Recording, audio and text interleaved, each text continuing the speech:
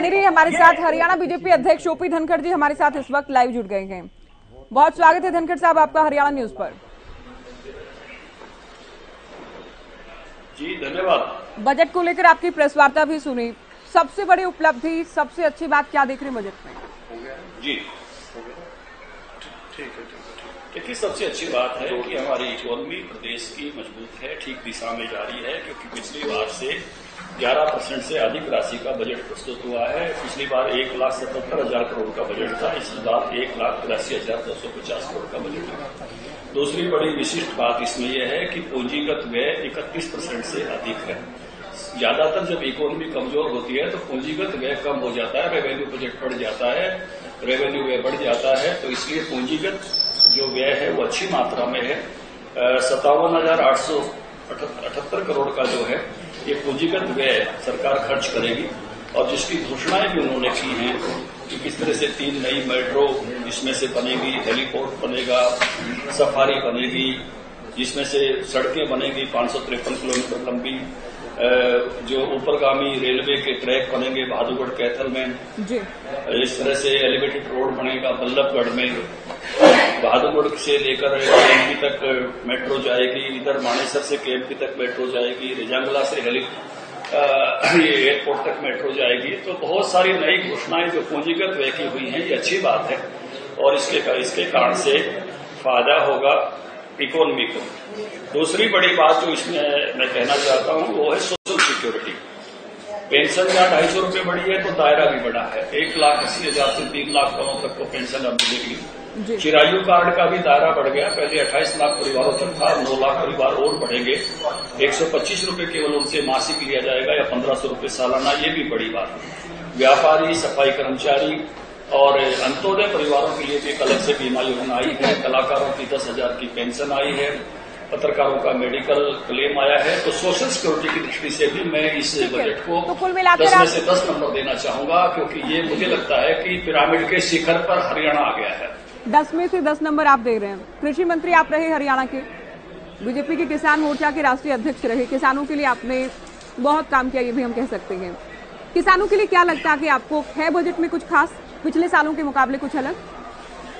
देखिए, 19% के खेती के बजट की बढ़ोतरी की गई है, जिसमें 20,000 एकड़ में प्राकृतिक खेती की तरफ हम बढ़ेंगे, एक बड़ी बात है। 50,000 एकड़, 1 लाख एकड़ भूमि से ज्यादा जो जल भराव वाली जमीन है या सैलाई जमीन है, खराब हो गई है, उसमें से 50,000 एकड़ को सुधारीकरण का लक्ष्य रखा है, बड़ी बात है। सांझी जो है गौशालाएं खोलने की बात हुई है, एक नई शुरुआत है। बासमती के निर्यात का हैबिट का सेंटर करनाल में खुल रहा है, बड़ी बात है। गौ सेवा के लिए जो है 70 से अधिक मोबाइल चिकित्सालय शुरू हो रहे हैं, बहुत बड़ी बात है। शहद का जो है वो सेंटर खुल रहा है, वैक्सीनेशन सेंटर, जिसमें टेस्ट किया जाएगा। पानी के लिए भी बहुत सारा काम किया गया है जो कृषि से जुड़ा हुआ है, कुछ नए जलाशय बनाने की बात है, भूमिगत जल को सुरक्षित रखने की बात है। ऐसे कई सारी चीजें एग्रीकल्चर के लिए की गई हैं। एग्रीकल्चर को बागवानी फसलों के लिए भी बहुत महत्वपूर्ण योजना इस बार में दी गई है। तो मैं कहूंगा कि खेती के लिए सामाजिक सुरक्षा के बाद दूसरी बड़ी जो है राशि कहीं आवंटित हुई है। सामाजिक सुरक्षा के बाद जो प्रायोरिटी मिली है वो खेती को ही सबसे बड़ी प्रायोरिटी। जी, एसवाईएल को लेकर हर बार बजट रखा जाता है, जब से 2016 में हरियाणा के पक्ष में फैसला आया उसके बाद आज सदन में भी सवाल उठा, क्या केवल बजट रख देना सर हर बार, क्या ये काफी है? नहर निर्माण की दिशा में कोई कदम नहीं? देखिए, ये बजट रखना ये हमारा कमिटमेंट शो करता है कि जैसे इजराइल जब देश बन रहा था तो हर इजराइलवासी लिखता था कि अगले साल अपने जेरूसलम में मिलेंगे, और इसी के कारण से इजराइल का निर्माण हुआ। हरियाणा की एक अपनी कमिटमेंट है कि हमको एसवाईएल का 19 लाख एकड़ फीट पानी चाहिए। पानी मिलेगा, वो मिलेगा न्यायालय के माध्यम से, क्योंकि उस पर राजनीति बहुत हो चुकी है। लेकिन ये सिंबोलिज्म है कि बजट उसके लिए आवंटित रहना चाहिए कि जो ही हमको नहर का जो काम बचा हुआ है पूरा होगा तो हमको उसके लिए हम तैयार हैं, ये हरियाणा घोषित कर रहा है। और अब सर्वोच्च न्यायालय ने जिस रास्ते से कहा है कि भाई वैकल्पिक नहर बननी चाहिए दिल्ली के पीने के पानी की व्यवस्था के लिए, हरियाणा के पीने के पानी की व्यवस्था के लिए, कि पुरानी नहर जो है वो 6 दशक पुरानी हो गई है, और उस नाते से उस पर अब बहुत भरोसा करके चलना। कभी कोई दिक्कत हो गई तो जो 3050 क्यूसेक पानी पीने के लिए इस्तेमाल होता है, मैं सिंचाई की बात नहीं कर रहा, जिसमें 1050 क्यूसेक दिल्ली लेता है, 2000 क्यूसेक हरियाणा लेता है, उसके लिए अल्टरनेट चैनल बनना ही चाहिए। पानी की मात्रा के बारे में सर्वोच्च न्यायालय ने कहा कि हम बाद में बात करेंगे, कि कम है तो कम लेंगे, ज्यादा है तो ज्यादा दे देंगे, लेकिन नहर बननी चाहिए। अब इसको जो पंजाब सरकार स्वीकार नहीं कर रही, केजरीवाल स्वीकार नहीं कर रही, दुर्भाग्यपूर्ण है। हरियाणा सरकार अपनी कमिटमेंट शो करती है, 101 करोड़ रुपया इस बार भी रखा गया है कि यह नहर बननी ही चाहिए, ये हमारा हक भी है, जरूरत भी है, और दिल्ली की जरूरत भी है। पीने के पानी की सबसे बड़ी जरूरत है। अच्छा, विपक्ष पर आते हैं। नेता विपक्ष हुड्डा साहब का कहना है कि कुछ भी नहीं है बजट में। एक शायरी भी उनकी ओर से कही गई, कुछ सूरज की बात की गई थी, पसीना दिया बनाने में आ गया थे। तो कर्ज लेकर घी पी रही है सरकार, हर बार ये आरोप लगाते हैं बजट को लेकर। देखिए, आजकल की जो अर्थव्यवस्थाएं हैं दुनिया की, या व्यक्तिगत अर्थव्यवस्थाएं भी, ये हम सब जानते हैं कि उसमें कर्ज की एक भूमिका है, उसको नकारा नहीं जा सकता, वो है।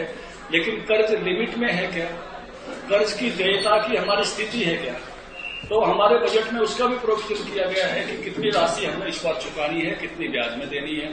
तो इसलिए हमारी स्थिति है, हमारी आर्थिक स्थिति मजबूत है। जो लोन हम ले रहे हैं उसका ब्याज भी देंगे, और जो कर्ज है, जो उसकी मूल राशि है, वो भी लौटाने का काम करेंगे। इसलिए अगर वो अपनी लिमिट में रहता है, हम सामान्य आदमी के जैसे माइक्रो इकोनॉमी में देखते हैं कि आपकी आमदनी के हिसाब से आप कर्ज लेते हो तो कोई तकलीफ नहीं पाते, आप ग्रोथ की तरफ जाते हो, डेवलपमेंट की तरफ जाते हो। अनलिमिटेड लेते हो तो दिक्कत होती है। तो हरियाणा की सारी सीमाएं अभी मर्यादित हैं, हरियाणा में कोई ऐसी सीमा पार नहीं की है, और जितनी भी देयता है वो बजट में शो की गई है कि इतनी राशि हम इस बार इंटरेस्ट में देंगे, इतनी राशि हम कर्ज, मूल जो राशि है कर्ज की, उसको चुकाएंगे। इसलिए उसके आधार पर ही दुनिया की सारी इकोनॉमी अब उस रास्ते पर बढ़ती है। तो इसलिए ये उस प्रकार का एजेंडा जिस प्रकार से प्रतिपक्षी नेता रख रहे हैं, वो उनके समय में भी था। जब उनके समय बजट छोटे थे तो राशियां भी छोटी थी, अब बजट की मात्राएं बढ़ गई हैं तो राशियां पे आंकड़े भी बढ़ेंगे। इसलिए उतना वो मुद्दा जितना महत्वपूर्ण बना रहे हैं उस प्रकार का नहीं है। सीएम कहते हैं अंत्योदय परिवारों का बजट है, आप कहते हैं सामाजिक सुरक्षा को प्राथमिकता दी गई है। क्या इस बात को सुनिश्चित किया जाएगा कि जो बजट, सामाजिक सुरक्षा सबसे पहले सामाजिक सुरक्षा किसको चाहिए? नहीं, मैं इसमें नहीं, धनखड़ साहब आप समझे नहीं, मैं सवाल अभी कर लूं, इसमें कोई कॉन्ट्राडिक्शन नहीं है। मैं ये नहीं कह रही कि कोई विरोधाभास है इसमें, लेकिन जो ये दावे जो किए जा रहे हैं, साथ साथ में सवाल अपना पूरा कर लूं। आप लोग कहते हैं बीजेपी हमेशा इलेक्शन मोड पर रहती है, तो क्या 2024 से भी जोड़कर इस बजट को देखा जा सकता है? देखिए, मैं ये कहना चाहूंगा कि केंद्र का बजट आया तो उसमें भी दोनों हमको चीजें दिखाई दी, macro economy and micro economy. Macro economy से मतलब मेरा है पूरे देश की या पूरे प्रदेश की इकोनॉमी, और माइक्रो इकोनॉमी से मेरा मतलब है एक सामान्य ग्रस्त की इकोनॉमी। देश के बजट में भी दोनों का ख्याल रखा गया था, राज्य के बजट में भी दोनों का ख्याल रखा गया है। ये प्रदेश को भी आर्थिक दृष्टि से मजबूत बनाने वाला बजट है, भविष्यगामी बजट है। इसमें फोरेंसिक लैब स्थापित करेंगे हर जिले में, मोबाइल फोन से या ई गैजेट्स जितने भी हैं, लैपटॉप हैं, आईपैड हैं, क्योंकि आजकल साइबर अपराध बढ़ रहे हैं, तो इसलिए इस तरह की लैब्स की आवश्यकता हो गई है। आर्टिफिशियल इंटेलिजेंस की तरफ हम जा रहे हैं। हम नई भाषाओं की सीखने के लिए 6 लाख तक की आमदनी वालों की बात कही गई है। तो भविष्यगामी भी है, मैक्रो लेवल पर भी अच्छा है। जैसे मैंने कहा कि इसमें पूंजीगत बजट 31% से ज्यादा है। माइक्रो लेवल पर भी अच्छा है, जिसकी सोशल सिक्योरिटी की चर्चा हम और आप कर रहे थे। तो दोनों का इसमें समाधान है, और ये भविष्यगामी बजट है, अमृतकाल का बजट है, अच्छा बजट है। सर, बुढ़ापा पेंशन को लेकर भी एक सवाल रहेगा। 250 रुपए बढ़ाए गए हैं, लेकिन जेजेपी इन दिनों बार बार ये कहती है कि हम तो चुनाव में जाने से पहले कैसे भी करके 5100 रुपए करेंगे। तो उसका क्या फॉर्मूला रहेगा? हालांकि आपकी पार्टी का वादा नहीं 5100 का, लेकिन आपकी साथ ही पार्टी का वादा है। देखिए, इच्छा और देने का सामर्थ्य, इन दोनों के ही बजट में जो है चर्चा होती है, या बजट इसी बात का होता है कि आप पर अवेलेबल रिसोर्सेज कितने हैं और उन रिसोर्सेज को आप कहां खर्च करना चाहते हो। आपके रिसोर्सेज खर्च करने की मर्यादाएं वो जरूर रहती हैं, उसी के हिसाब से निर्णय किए जाते हैं। निश्चित रूप से हर पक्ष की अपेक्षा रहती है कि ज्यादा मिलना चाहिए, लेकिन उसमें से आने वाले इन्वेस्टमेंट और बाकी सारे विषय भी रहते हैं। जैसे मैंने कहा, पूंजीगत खर्च आपको मिल रहा है, अब जहां जहां की भी जो ऐसी स्थितियां हैं उसमें संतुलन बनाना ही बजट का काम है। और मुझे लगता है कि हर अर्थशास्त्री संतुलन के साथ ही या हर देश संतुलन के साथ आगे बढ़ता है। आप थोड़ी देर में पंजाब का बजट आएगा। पंजाब के बजट में आप देखेंगे कि कुल राशि हमारी राशि के बराबर है क्या? पिछली बार मैं देख रहा था कि हमारे पूंजीगत व्यय से उनका पूंजीगत व्यय बहुत मामूली था, 9% था। तो इसलिए वो इकोनॉमी किस दिशा में जा रही है? तो अपनी मैक्रो इकोनॉमी को भी ठीक रखते हुए माइक्रो इकोनॉमी ठीक करना, दोनों के संतुलन से ही आगे बढ़ सकेंगे। और मुझे लगता है इसी संतुलन का नाम बजट है, वही बजट के आंकड़ों में से प्रस्तुत हो रहा है। अंतिम सवाल अच्छा करना ये हमेशा प्रयास होते हैं। और धनखड़ साहब, आप ये समझाएं कि जब जेजेपी ये कहती है 5100 रुपए करेंगे और आपका ये कहना है कि इच्छा या जो वित्तीय स्थिति है सब बातों को ध्यान में रखा जाता है, तो अगर हो जाते हैं 5100 अच्छी बात है, अगर नहीं हो पाए तो ऐसा तो नहीं कि कल को बीजेपी को इस बात के लिए ब्लेम किया जाए? क्योंकि अभी ये तो क्लियर कह रही है कि आप दोनों ही साथ में जाएंगे चुनाव लड़ने, बीजेपी और जेजेपी। देखिए, भारतीय जनता पार्टी ने कितने रूपों में सोशल सिक्योरिटी को मजबूत किया है। एक पेंशन एकमात्र उपाय नहीं है, पेंशन भी है, इसलिए हमने 2750 किया। और जो है उसके अलावा भी चिरायु कार्ड है, आयुष्मान कार्ड है, कितने तरीके से सिक्योरिटी देने की कोशिश की है। पीपीपी के माध्यम से आम आदमी की आमदनी बढ़ाने की कोशिश की है। तो ये सोशल एक रूप में नहीं है। अगर आप टोटलिटी में देखेंगे इस आम आदमी के लिए कितनी सामाजिक सुरक्षा बढ़ी है, तो मुझे लगता है ये बाकी सारी चीजें छोड़कर और आप केवल उस पर जाते तो ये उससे काफी ज्यादा है। इसका हिसाब लगाया जाना चाहिए कि सोशल सिक्योरिटी के माध्यम से हमने आम व्यक्ति को, अंतिम व्यक्ति को उससे ज्यादा दे दिया है। इन सबके माध्यम से 5 लाख तक का कवर ये छोटी बात नहीं है। और इतनी बड़ी आबादी को, 54% आबादी को हो गया है। ये बीमारी के समय इलाज का पैसा ये बहुत महत्वपूर्ण है। ठीक है।